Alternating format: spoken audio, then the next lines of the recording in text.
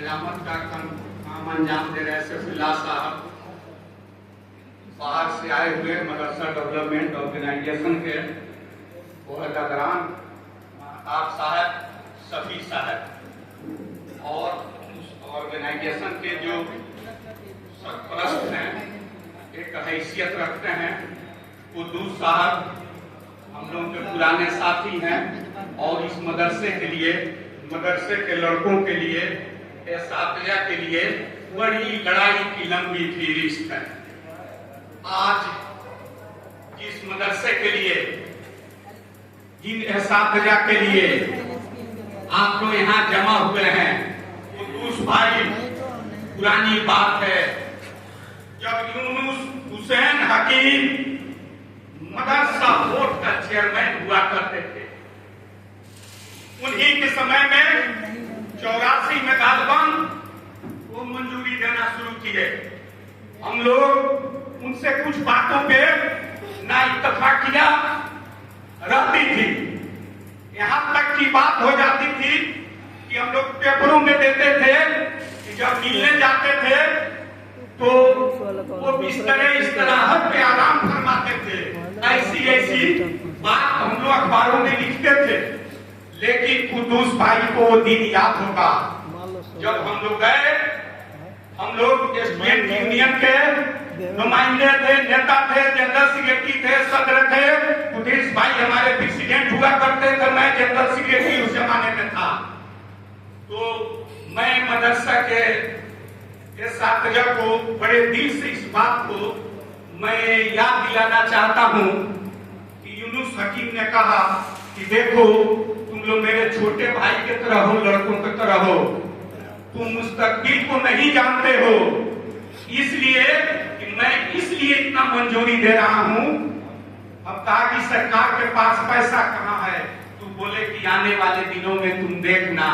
तो एक दो चार लफ्ज जो बोले थे कि इसमें कौन पढ़ेगा, तो मुसलमान, कौन पढ़ाएगा, तो मुसलमान, और किसके घर पैसा जाएगा, तो मुसलमान।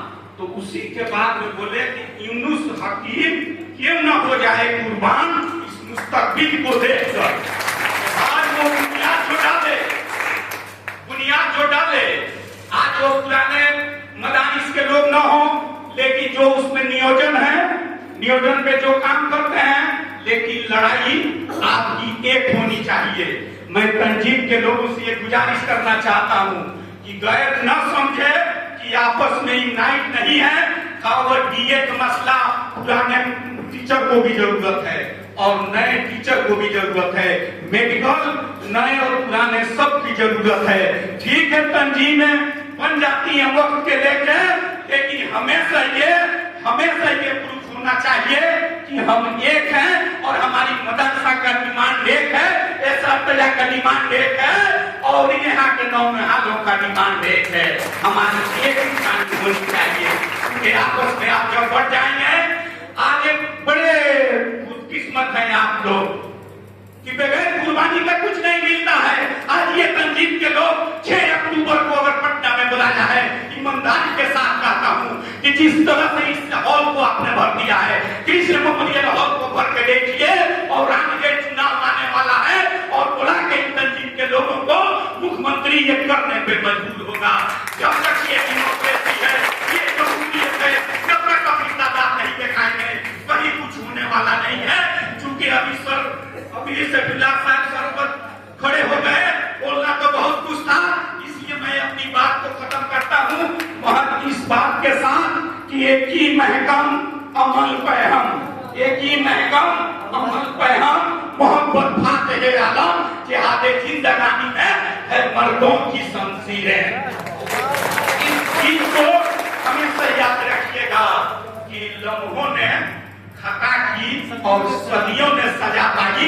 आज आप पर है कि बीरो ऑफिस में हम जुबान हो रहे हैं, और तो गुलाम सरवर ने खाप देखकर इंडिपेंडेंट बोर्ड बनाया था, जो आपका इंस्पेक्टर होगा, आपका जांच पदाधिकारी होगा, आपका चेयरमैन होगा, आपका सेक्रेटरी होगा, लेकिन आपने ना इत्तेफाकी हुई। कुद्दूस साहब गवाह है जो आज बीरो के हाथ में चले गए। तो ऐसी लड़ाई ये तंजीम न करें कि कल दूसरा आपका मालिक हो जाए। इसी बातों पे मैं अपनी बात को समाप्त करता हूँ।